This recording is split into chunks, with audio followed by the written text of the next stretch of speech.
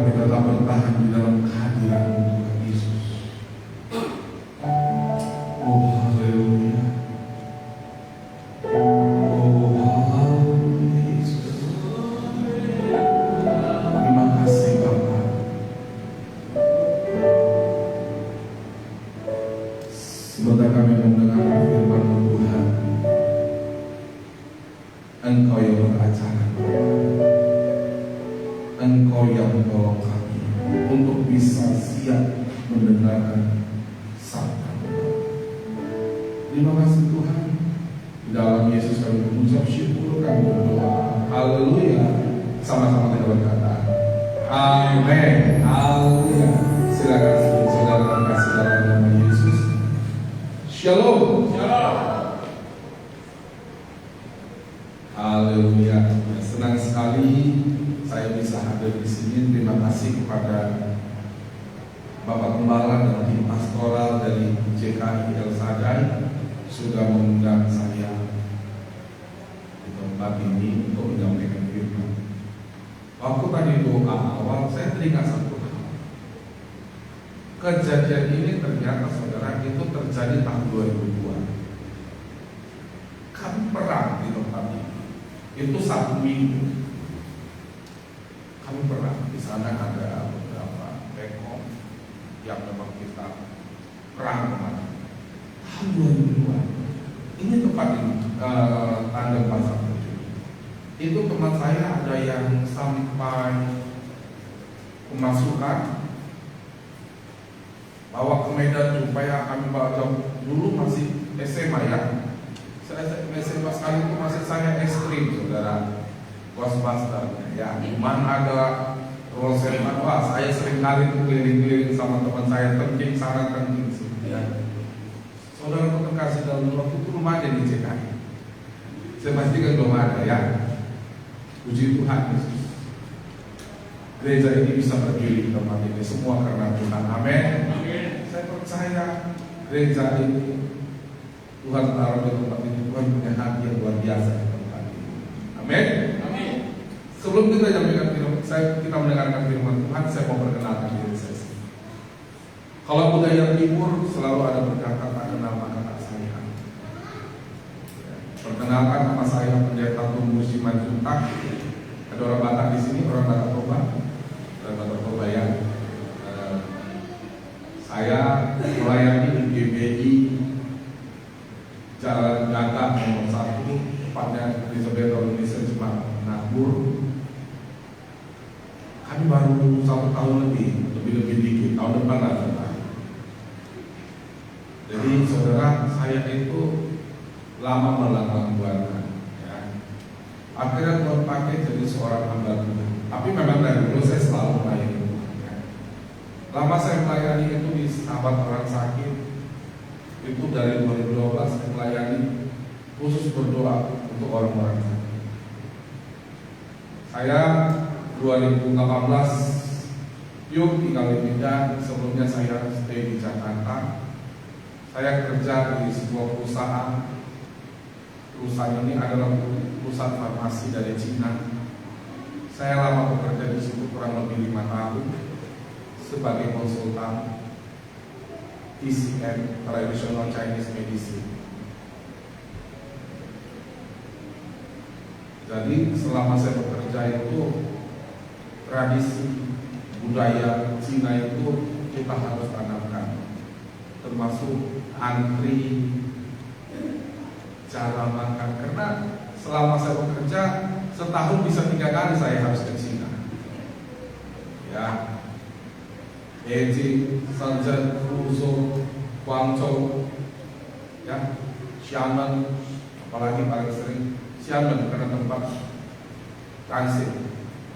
Banyak kota-kota lain lagi, Hong Kong, karena perusahaan kita itu ada di tiap kota di China. Jadi kita kunjungi. Ada satu Yunan yang paling suka saya berkesan itu Yunan, itu desa-desaan yang sangat tinggi sekali. Ya, itu maksudnya dari Kening. Kening lagi berkembang sekali sekarang. Saudara sekali-sekali jalan-jalan. Ya. Kening itu satu provinsi yang daerah pegunungannya dari Batu banyak. Dan kayak Sakti apa semua banyak suki di sana. Saudara terkasih dalam Yesus, saya sendiri nggak nyangka bisa menjadi hamba Tuhan, menjadi gembala. Kalau hamba Tuhan saya sudah lama pejabat, saya sendiri nggak menyangka. Ya. Jadi seringkali saya ditanya sama Tuhan, Tuhan apa sih maumu gitu? Kok panggil saya jadi gembala? Saya sedikit kesaksian. Di tengah-tengah saya merintis gereja itu, di tengah-tengah pandemi, saudara, di mana saya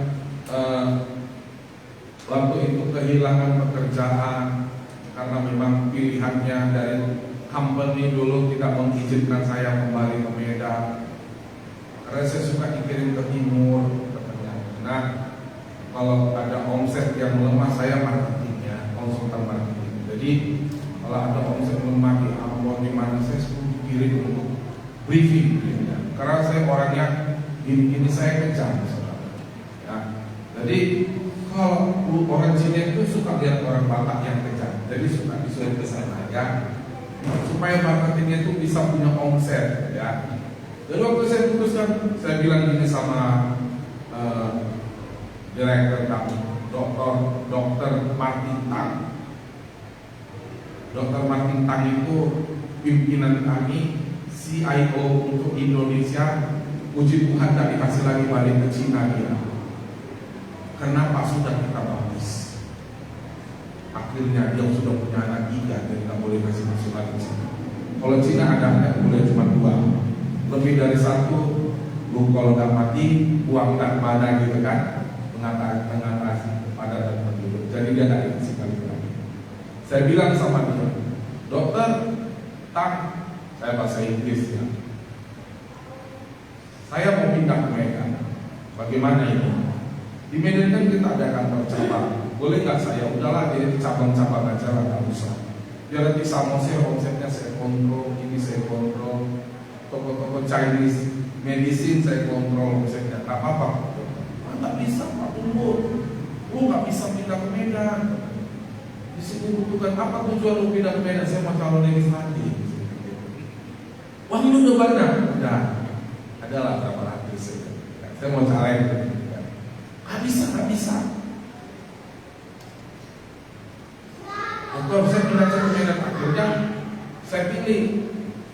Udah, kalau lu pindah ke Medan, keluar. Saya pilih keluar, saudara, karena cita-cita manusia, cita-cita saya. Akhirnya saya keluar. Nggak lama lagi saudara saya dengar dia keluar.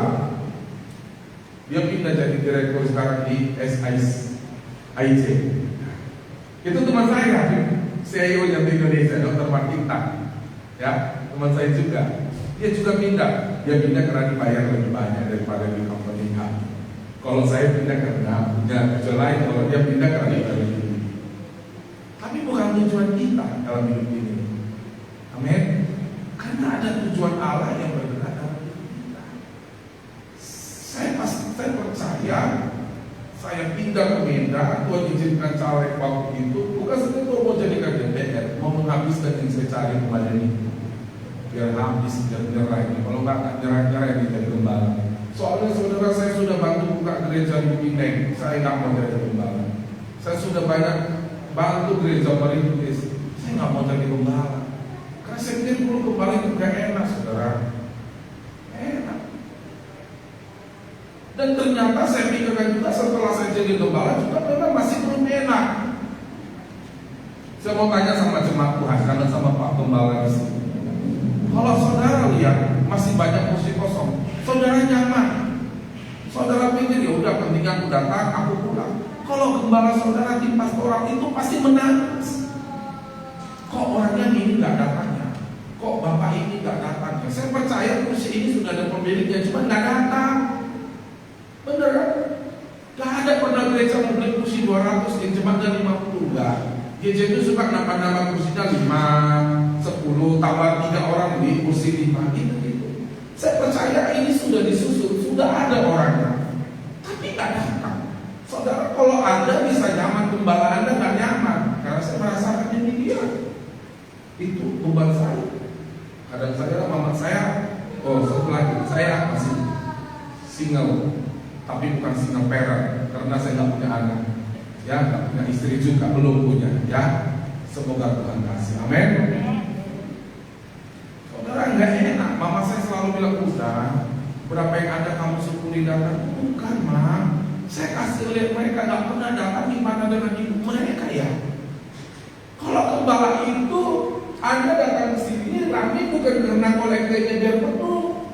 Kita penuhkan gereja bukan supaya persembahannya penuh, bukan cukup.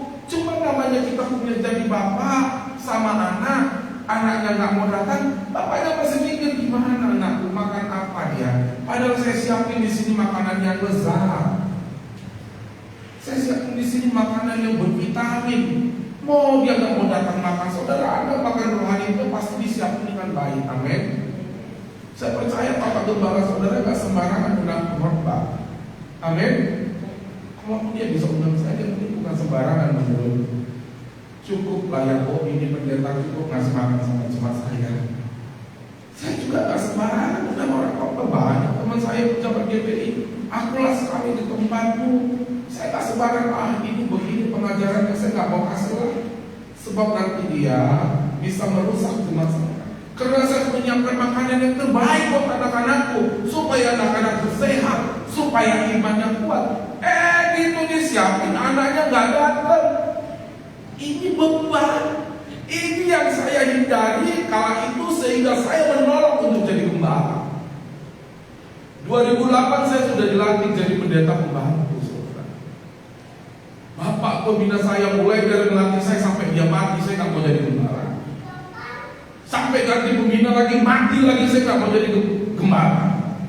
Bapak gembala saya latih saya jadi gembala pendeta pembantu 2008. Dia bilang sama saya dipanggilnya Ali, ya kan? Boleh marga A, boleh marga B, ya kan? Nggak apa-apa, ya kan? Nah, Bapak gembala Ali, udah bisa lah aku buka pos B. Enggak lah Pak, aku mau kerja. 2010 dia mati. Saya harus ganti gembala pembina lagi. Gembala pembina saya sejak ada naik jenjang, kamu PDM-nya, tapi gembala loh nggak mau Pak. Uang saya enak waktu itu kerja saya staf DPR, uangnya banyak loh. Nggak mau Pak. Jadi gembala kalau susah kayak Bapak nggak mau. Bapak udah enak PNS golongannya tinggi. Tapi karena mikir gak jadi gembala balik jadi susah, saya gak mau. Bener, saya bantu-bantu Bapak aja. Bapak pelayanan saya antar, Bapak pelayanan saya jemput. Bener loh, itu saya lakukan apa? Sama Bapak gembala saya. Ganti pembina, beri Islam. Saya bilang ini, emang enak merintis kayak Bapak. Kenapa? Saya kan dekat sama pembina saya. Bapak kepala loh di Telkom, mantan direktur Telkom satu wilayah Sumatera Utara loh Pak, sebagai itu.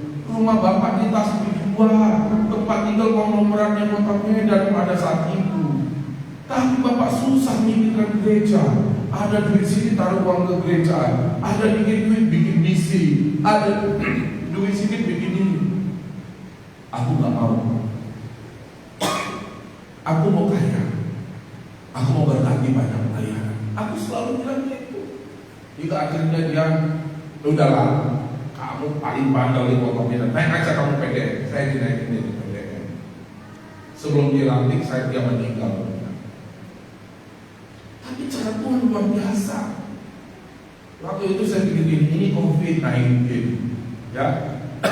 Anak-anak nggak bisa sekolah, anak-anak nggak bisa ngapa-ngapain. Dah saya sewa aja ini rumah. Saya mau bikin rumah pintar anak-anak, rumah misi. Saya mau bikin itu sebenarnya. Tapi ujung-ujungnya jadi gereja. Memang ajaib, amin. Akhirnya saudara, apa yang saya rasakan, yang saya takutkan itu terjadi. Tapi bedanya saudara, saya menikmatinya, bukan menyesalinya. Itulah banyak kalau betul-betul sudah dipanggil Tuhan. Jadi kalau susah saya menikmati kesusahan itu. Kalau misalnya semakin ada yang nggak datang, saya menikmati, ya kan? Paling saya kunjungi dia. Dan saudara itu kasih dari Yesus, mengapa bisa keluar seperti ini? Apa yang menjadi penyebab? Hari ini saya berbicara tentang kekayaan hati. Ada di sini yang kaya uang, saudara nggak usah angkat. Karena cukup bank Anda yang tahu, ya kan? Anda punya 5 rekening, kalau saya punya 1 aja rekening. Ada dua. Yang satu nggak ada isinya, yang satu kadang ada isinya, kadang nggak ada isinya. Ya, kenapa kalau ada isinya langsung keluar itu cepat-cepat dari apa yang kurangnya? Itu saya nikmati, saudara. Ya, amin. Hari ini kita mau belajar itu tentang kaya hati. Saudara tahu kaya hati, ya kan? Nah, saudara terkasih dalam nama Yesus, kita buka Alkitab kita di Lukas 12, sudah cukup perkenalan dan intronya. Tinggal panjangnya nanti saudara kepanjangan juga, saudara pusing dengan saya. Nanti Pak Gembala bilang, aduh, tadi Pak Guru ini Bapak. Kita buka Alkitab kita itu Lukas 12 ayat 13 sampai 21, kita baca bergantian ya. Orang kaya yang bodoh. Seorang dari orang banyak itu berkata kepada Yesus, Guru, katakanlah kepada saudaraku supaya ia berbagi warisan dengan aku. Tapi Yesus berkata kepadanya, saudara siapakah yang telah mengambil hakim atau antara atas kami? Katanya lagi kepada mereka, berjaga-jagalah dan waspadalah terhadap segala ketamakan. Sebab walaupun seorang berlimpah-limpah hartanya, hidupnya tidaklah tergantung daripada kekayaan itu. Kemudian dia mengatakan kepada mereka suatu perumpamaan, katanya, ada seorang kaya, tanahnya berlimpah-limpah hasilnya. Ia bertanya dalam hatinya, apa yang harus aku perbuat, sebab aku tidak mempunyai tempat di mana aku dapat menyimpan hasil tanahku. Lalu katanya, inilah yang akan aku perbuat. Aku akan membawa lumbung-lumbungku, dan aku akan mendirikan yang lebih besar, dan aku akan menyimpan di dalamnya segala gantung dan barang-barangku. Sesudah itu aku akan berkata kepada jiwaku ada padamu banyak barang, tertimbun untuk bertahun-tahun lamanya. Beristirahatlah, makanlah, minumlah, dan bersenang-senanglah. Tetapi firman Allah kepadanya, hai kau orang bodoh, pada malam ini juga jiwamu akan diambil daripadamu, dan apa yang telah kau sediakan, untuk siapakah itu nanti? Demikianlah jadinya dengan orang yang mengumpulkan harta bagi dirinya sendiri, jikalau ia tidak kaya di hadapan Allah. Saudara terkasih dalam nama Yesus, laki-laki Allah berbicara tentang perumpamaan tentang ada seorang yang bodoh. Alkitab bilang orang bodoh.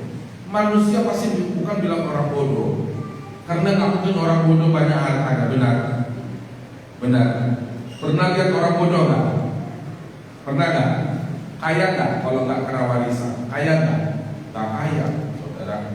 Tapi Allah di sini dikatakan ada seorang kaya yang hartanya itu berlimpah-limpah sampai dia bingung tadinya itu dia mau dibuat di mana, sehingga dia bilang ini dalam hatinya, mulai dulu biar ada tempatnya. Baru setelah itu aku istirahat, tidur, makan, bersenang-senang. Tapi Allah sendiri katakan, Yesus bilang di sini dia adalah orang bodoh.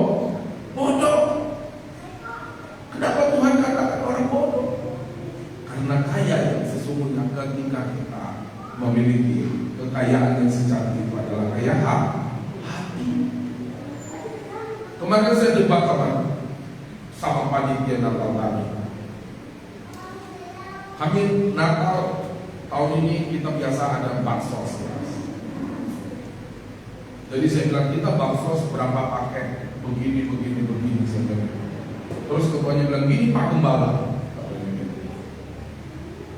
Saya aman ceritakan cepat kami di sini.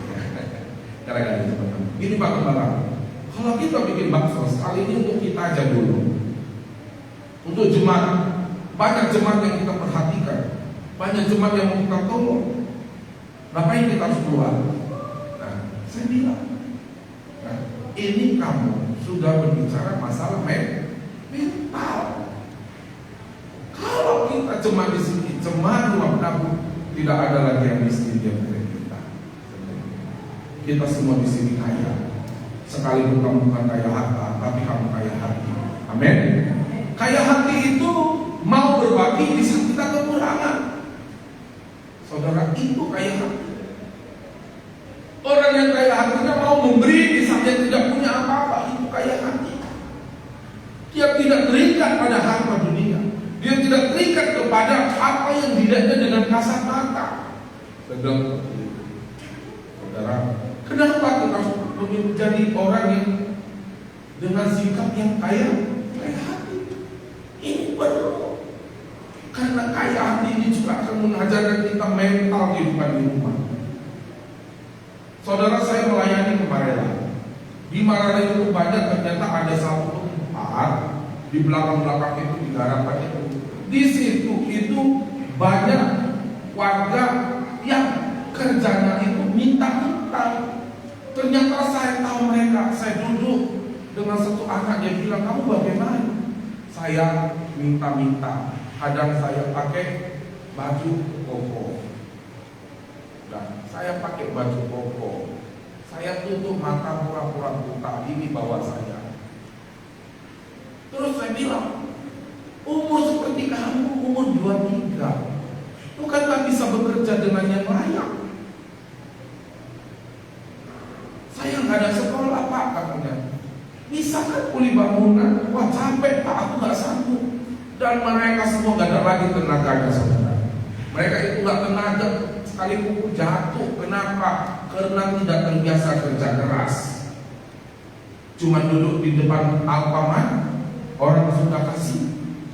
Cuma duduk di lampu merah, kaki dilipat, orang sudah kasih, katanya begitu. Saya sedih mendengar. Yang lebih sedih lagi, ketika saya dengar mereka gereja di mana, saya nangis mendengarnya.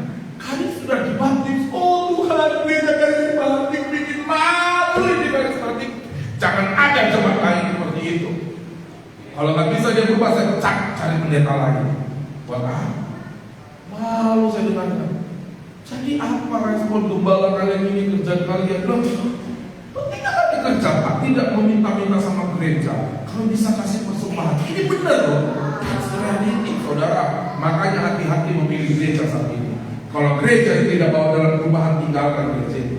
Saya bilang sama jemaat, 3 tahun kamu jemaat di sini, kamu tidak bergerak, kamu tidak berubah, tinggalkan gereja ini. Gak cocok sama kamu. Kalau orang Cina bilang gak cocok hokinya, saya bilang gitu.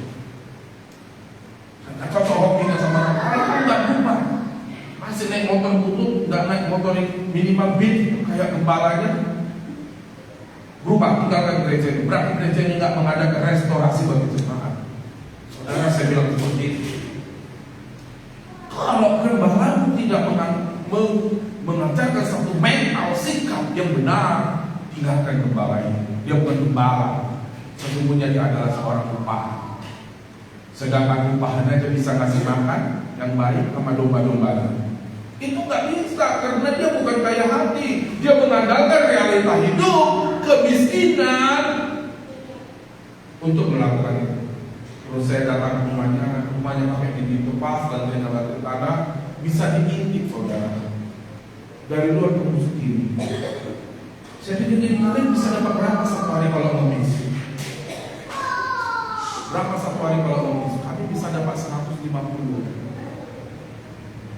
Terus uangnya digimanain? Ya kami makan enak. Makanya kalau bagi-bagi nasi di jalan saya mulai stop sekarang. Ternyata kita kasih nasi model IPS 10.000, orang itu gak mau makannya yang harga 30.000. Nasi padang pakai rendang. Iya benar. Saya udah melihat realitas, saya turun ke lapangan, saudara. Bahkan saya nginep itu bukan tidur. Saya gak mau tidur, hilang buat barang-barang. Saya duduk di pondok-pondok dengan mereka cerita sampai jam 5. Kalau udah kemalaman takut juga kan, enggak kan? Saya cerita dengan anak muda, saya bilang, aduh Tuhan, saya datangi ada satu ibu ini punya anak empat lain bapaknya, ya kan? Anaknya berapa? Oh ini cuma juta anak. Oh ini tak tua. Ini betul, ini begini. Lah, berapa kali nak? Bebas. Karena mereka nggak ada kekurangan, mereka suka menghabiskan uang, main kartu mama kalau bagus. Kenapa gereja nggak mengadakan restorasi? tentang kekayaan hati. Ini perlu, amin. Kekayaan hati ini perlu, sehingga orang miskin pun bisa jadi sok kaya. Ya kita perlu dong sok kaya, ya kan? Pada saat orang menghasilkan, oh enggak, kasih yang lebih layak, kami siap memberkati, amin. Perlu dong sekali-sekali agak sombong gitu, ya kan? Bukan saya bilang saudara jadi sombong. Saya bilang sama saya selalu kita harus kaya hati. Saya waktu saya turun di situ 2 bulan, mungkin nanti sore juga saya ke situ lagi. Saya harus berubah orang ini. Saya lebih kayak ini saudara, gembalanya tak mengadakan Tuhan. Saya bilang ini, waduh, serem. Saya tahu mereka dibawa gembalanya naik mobil ke gereja, dijemput pakai angkot sampai di gereja. Itu apa yang dari gereja penuh? Saudara ini gak usah penuh-penuh kali kalau Pak Bintang juga pusing buat ini, kan? Pusing bukan kita yang belakang orang begitu, ya kan? Kalau dia gak mau berubah, gereja harus bisa mengajarkan kayak Bintang. Ini perlu. Saudara, akhirnya saya putuskan, saya lihat mereka itu bukan mereka tidak mau, tidak dapat pekerjaan, mereka tidak mau lagi bekerja. Sehingga ada satu anak sudah kelas 4 SD, dia sekolah pagi, saya datang ke rumahnya jam 8. Rencana saya coba mengajarinya. Mana dia tempat bohongnya? Datang lagi saya besoknya, mana dia kak tempat bohongnya? Mana anak-anak kakak yang laki-laki yang perempuan tempat bohongnya? Kok orang ini tidak malam tempat bohongnya? Saya bingung. Ngapain tempat bohongnya? Saya tanya, ngapain tempat bohongnya enak?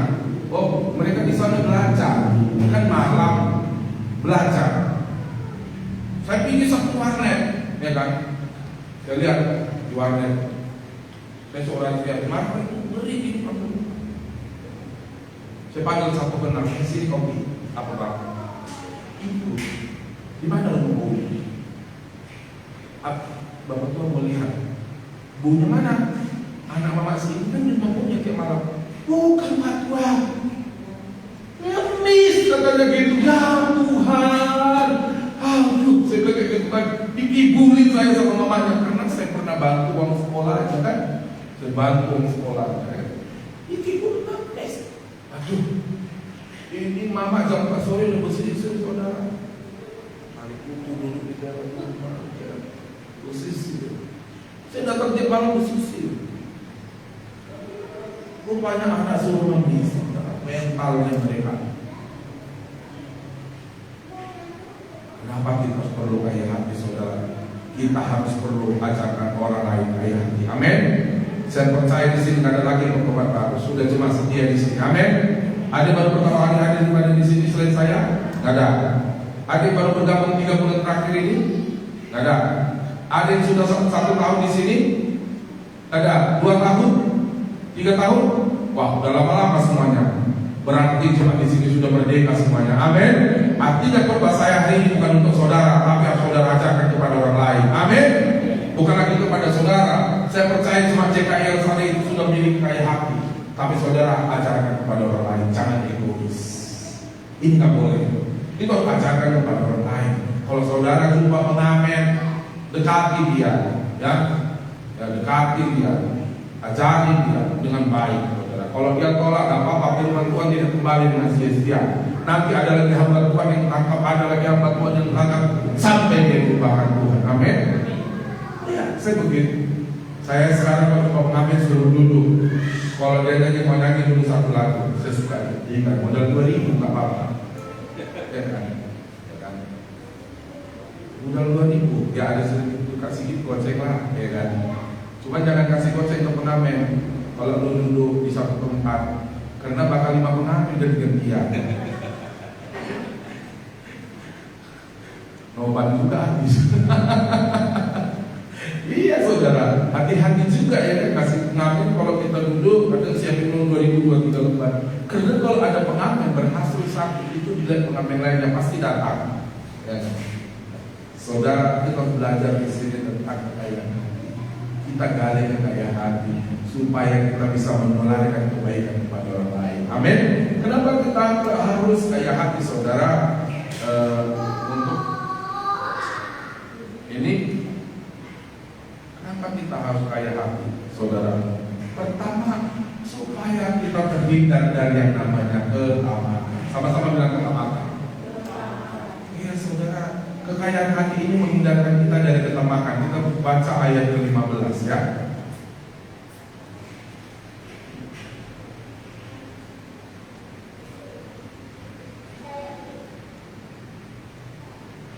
Ayat 15 begini. Katanya lagi kepada mereka, berjaga-jagalah dan waspadalah terhadap segala ketamakan. Sebab walaupun seorang berlimpah-limpah hartanya, hidupnya tidaklah tergantung kekayaan. Jadi orang yang kaya hati itu terhindar dari ketamakan. Amin. Kalau Anda lihat teman Anda kaya, dia tamak, dia belum kaya hati. Disitulah waktunya Anda mengajarinya.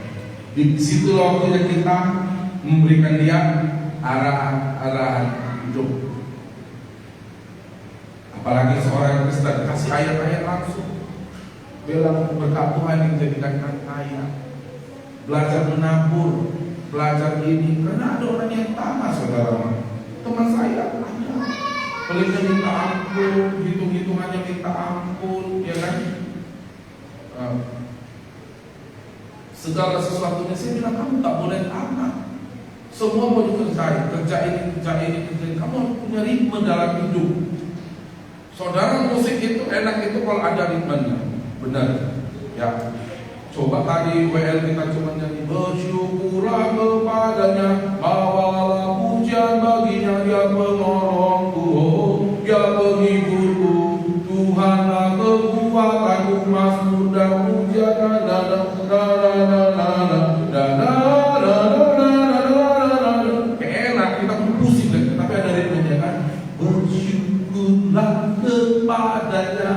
bawalah pujian baginya, yang penolongku, yang penghiburku.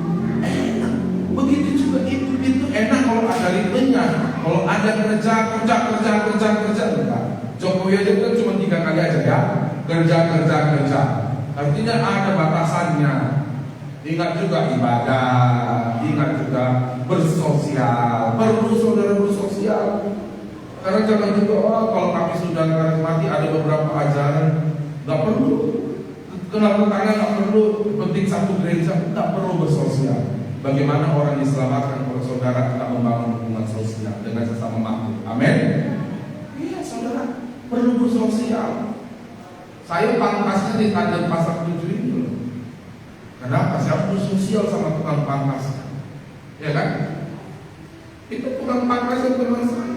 Dia bisa comeback to Kristen itu karena kita layani.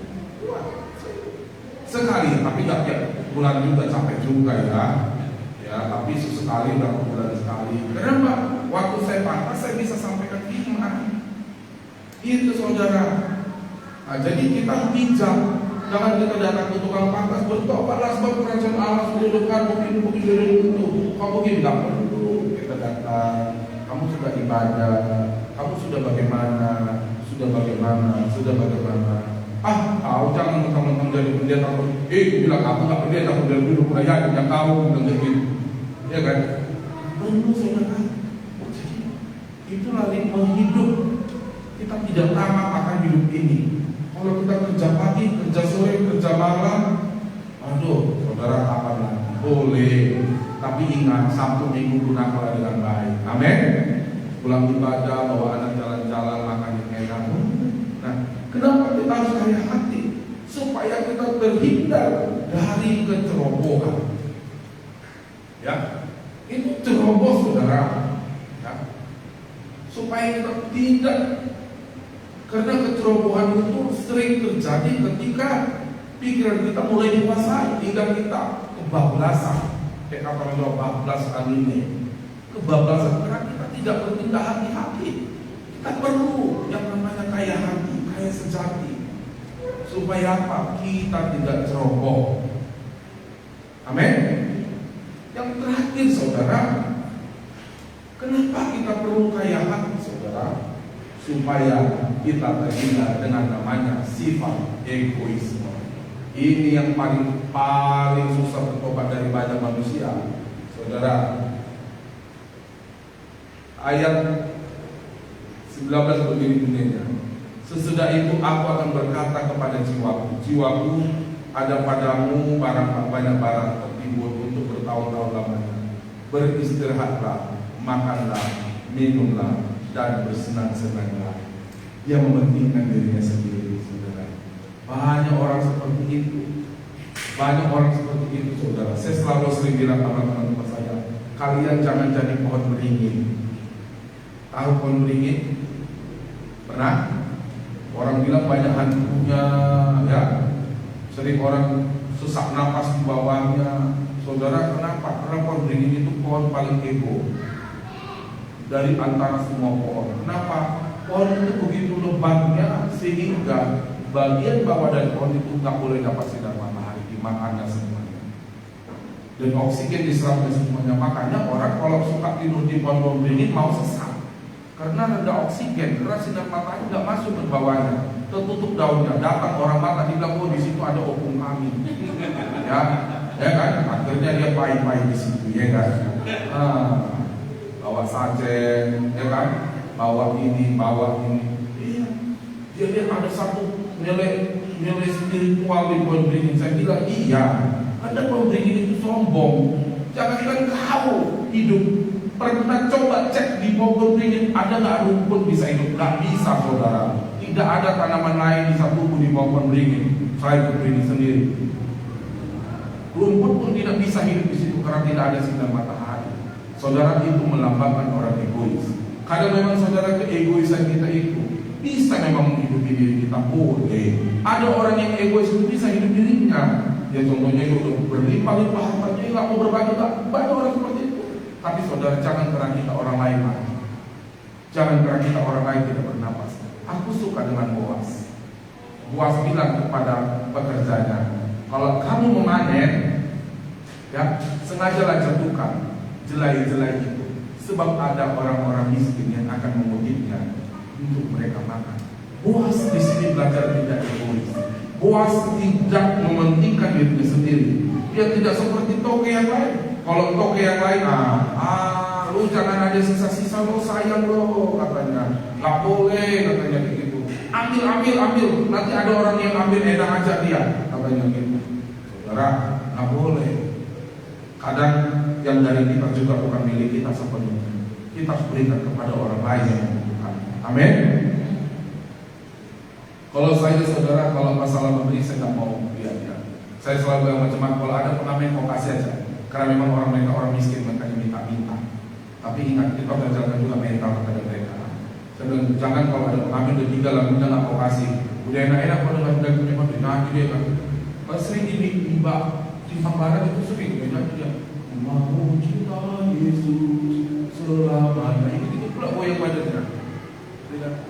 Ya Allah Bapa, ini aku anakmu, pakailah sesuai dengan rencana. Maaf ya om, katanya. Aduh. Saya sama mama saya sering berantem. Itu kalau di warung. Jangan kasih. Maaf. Saya bilang, Mami bisa selamat sampai di sini karena Tuhan kasih. Kasih. Kenapa? Ya. Mungkin masih mentalnya masih miskin. Makanya kita ajari orang bermental dengan baik, kaya hati. Amin. Amin. Saudara-saudara ajarkan kepada teman-teman supaya kaya hati. Saya percaya firman ini bukan lagi untuk saudara, tapi untuk orang lain yang membutuhkan kebenaran ini. Saya percaya saudara sendiri semua sudah kuat mentalnya untuk bisa lebih mengenal tentang keberadaan Tuhan dan firman Tuhan. Haleluya. Kita berdoa doa. Kami bersyukur Tuhan sebab Engkau baik. Kami bersyukur buat firman yang sudah kami dengar pada pagi hari ini, Bapa. Terima kasih Tuhan kami Yesus Kristus. Bekerjalah Roh Kudus di dalam hati kami Tuhan Yesus. Bapa, kami percaya sembahan JKI dan sadai